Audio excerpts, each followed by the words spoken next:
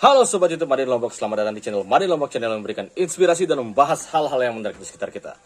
Jadi beberapa hari terakhir saya sempat tidak membuat video karena kita sedang proses pengerjaan bar sederhana ya di perkebunan vanili kita. Nah, Sahabat YouTube, banyak sekali pertanyaan-pertanyaan yang belum bisa saya jawab, jadi akan saya jawab satu-satu melalui video-video seperti ini ya. Nah, langsung saja kita mulai ke pertanyaannya. Di sini ada pertanyaan dari Nyoman Bagus ya teman-teman.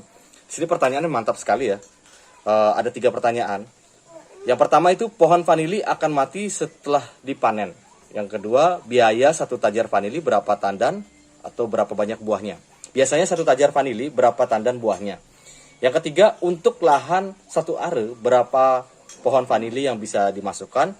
Dan estimasi biaya 1 are memulai budidaya vanili. Jadi ini sebenarnya 4 pertanyaan ya teman-teman. Langsung saja akan saya jawab. Halo Sobat YouTube Made in Lombok, kembali lagi channel Made in Lombok.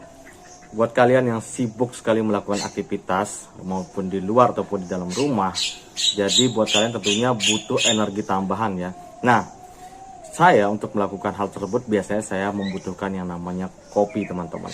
Ini adalah kopi asli khas Lombok dan 100% original ya.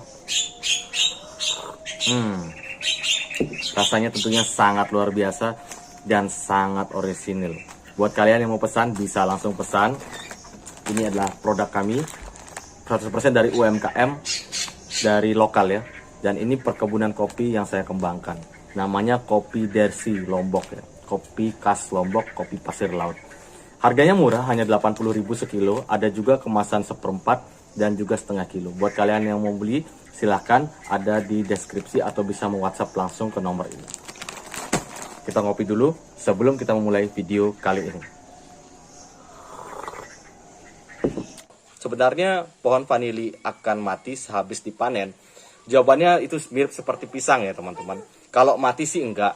Tapi dalam satu ketiak, ruas ketiaknya itu hanya akan 1 kali berbunga ya teman-teman. Dan perlu diingat, vanili itu sebentar saya ambilkan contohnya seperti ini ya. Kita anggap ini adalah tanaman vanili ya, dan ini adalah tajar tempat naungannya. Jadi kan di sini kalian akan menaruh akarnya akan berada di bawah ini. Nah, yang perlu kalian perhatikan bahwa sulur yang ke bawah inilah yang akan menghasilkan buah ya, yang di stressing.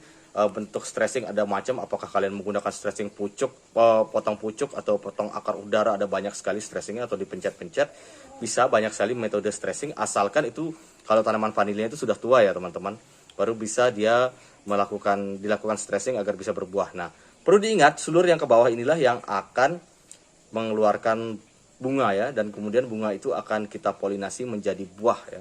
Nah, sedangkan yang di bawah ini tidak akan jadi apa-apa ya, di sini tidak akan mengeluarkan bunga, melainkan ini untuk suplai nutrisi ke sini. Nah, jadi perlu kalian ingat, perlu kalian pahami juga teman-teman bahwa ketika kalian boleh saja melakukan stressing gulung seperti membuat sulurnya digulung-gulung itu seperti itu, misalnya kalian biarkan naik, kemudian yang naik itu misalnya 1 meter, kemudian kalian gulung di sini sampai 3 meter seperti ini, tidak apa-apa, itu sah-sah saja. Tapi menurut pengalaman saya teman-teman, maaf ya asap rokoknya ini keluar. Menurut pengalaman saya teman-teman, stressing gulung itu tidak mampu nanti ketika terlalu banyak sulur produksi, ini kita namakan sulur produksi ya. Terlalu banyak sulur produksi yang digulung, sedangkan suplai nutrisi yang ke tanah hanya 1 meter ini. Jadi tidak bisa mencukupi jumlah produksi yang ada di sulur produksi ini, nutrisinya teman-teman. Nah, dan nanti ada ketiak-ketiak bunga atau ruas-ruas daun itu, disitulah yang akan mengeluarkan bunga teman-teman. Jadi jawabannya seperti apa ya, seperti pisang ya, buahnya pohonnya itu tidak mati, tetapi jumlah bunga yang keluar itu hanya 1 kali pada 1 ruas. Nah, dan pertanyaan selanjutnya, bagaimana dengan pemanfaatan ketika misalnya kalian selesai panen, apakah ruas yang sudah dipanen itu akan dibuang? Jawabannya kalian bisa gunakan lagi sebagai budidaya teman-teman. Biasanya namanya itu kita rekarnasikan lagi ya, kita potong kemudian kita bibit kembali. Itu tidak apa-apa teman-teman. Asalkan itu kalau memang dari indukan yang unggul, nanti pastinya buahnya juga akan tetap unggul ya. Nah, yang kedua adalah biasa 1 tajar vanili berapa tandan buahnya. Nah, ini tergantung proses stressing itu sendiri ya teman-teman. Jadi sahabat YouTube, proses tracing tersebut kadang-kadang berhasil, kadang-kadang tidak. Misalnya saja seperti yang tadi, kalian mempunyai tanaman vanili, ini adalah seluruh produksi. Di sini berisikan 10 ruas ketiak, ya. Di sini ada 10 ruas ketiak. Ketika kalian melakukan proses tracing, tidak serta-merta semuanya itu akan keluar bunga, ya. Mungkin dalam 10 ruas ketiak itu hanya ada 7 yang keluar bunga, sehingga masih sisa 3. Ibaratnya kalau kalian menunggu 3 lagi untuk tahun depan kan mubazir ya, lebih baik dipotong dan diremajakan ke sulur baru. Tapi kalau yang berbuah itu mungkin ada 3 biji, sebaliknya 3 biji yang mengeluarkan bunga di ruas ketiaknya, kalian masih punya 7 lagi ruas ketiak yang belum berbunga. Itu baiknya kalian simpan untuk tahun depan ya. Karena sayang sekali kalau dipotong, karena ini sudah batangnya sudah usianya sudah tua ya. Jadi kesempatan berbunganya tahun depan pasti lebih banyak lagi teman-teman. Atau kesempatan berbunganya tahun depan pasti akan lebih berhasil ya. Jadi seperti itu. Untuk besaran bunganya itu tergantung daripada nutrisi yang ada pada tanahnya. Tergantung juga terhadap varietas bibitnya. Karena yang seperti kalian tahu bahwa varietas bibit yang ada untuk planifolia sendiri sudah ada beberapa ya jenisnya. Salah satunya ada dari Balitro Bogor. Di situ mereka membuat Vania 1 dan Vania 2 yang diklaim katanya Vania 1 mempunyai ruas buah yang bisa double atau bisa 2 kali berbuah. Jadi dalam satu ketiak itu setelah berbuah teman-teman nanti di sini akan berbuah lagi. Nah itu saya pernah lihat videonya ada di Sulawesi ya. Ada salah satu YouTuber juga membahas itu varian Vania 1. Sedangkan Vania 2-nya itu katanya lebih pertumbuhan batangnya itu lebih cepat dan batangnya lebih besar-besar sehingga diklaim untuk mampu memberikan buah yang juga lebih besar ya. Nah tentunya itu yang sekedar saya tahu teman-teman. Apabila kalian mungkin ada yang tahu silahkan kalian menambahkan di kolom komentar ya. Ya selanjutnya ada yang pertanyaan ketiga ya. Untuk satu are berapa pohon vanili yang bisa dimasukkan? Dan estimasi biaya satu are. Nah ini sebenarnya tergantung daripada kita memulainya dengan metode apa dan di lahan yang mana teman-teman. Karena seperti yang kalian tahu bahwa tanaman vanili ini sebenarnya bisa ditanam di mana saja.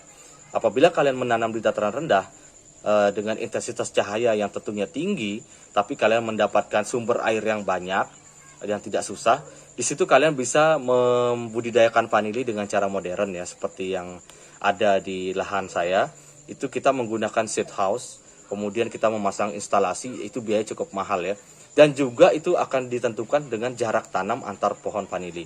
Yang saya rekomendasikan jarak tanamnya itu adalah 1,5 meter ya teman-teman. Karena akar vanilinya itu akan berjalan di atas tanah ya. Dia akan panjang menjalar di atas tanah. Dan tentunya itu akan kalau kalian berjalan-jalan di sekitar kebun kalian nanti akar itu kalau kena injak itu akan membuat tanamannya rusak ya. Jadi sparenya antara satu tanaman dengan tanaman lain itu bisa diusahakan 1,5 meter ya teman-teman. Nah di situ kalian bisa cara-cara apa saja ingin kalian gunakan, metode apa saja.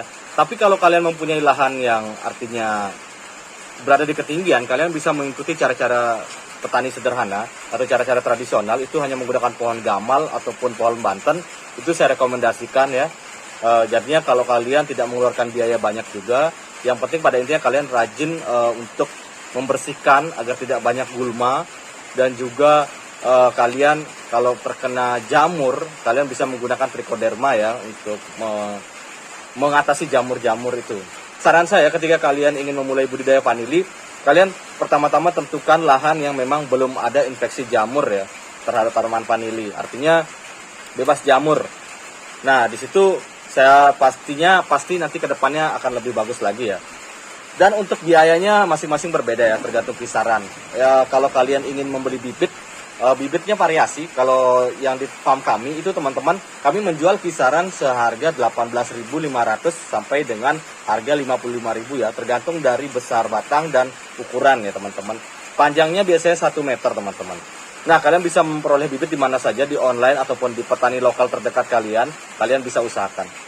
Jadi itu saja teman-teman untuk ini video kali ini. Semoga video ini bermanfaat buat kalian, dan apabila ada yang perlu ditambahkan kalian dapat menambahkan di kolom komentar ya teman-teman petani. Jadi kalian bisa saling sharing juga di channel ini. Oke, sekian dulu dari video Made in Lombok, sampai berjumpa di video Made in Lombok selanjutnya.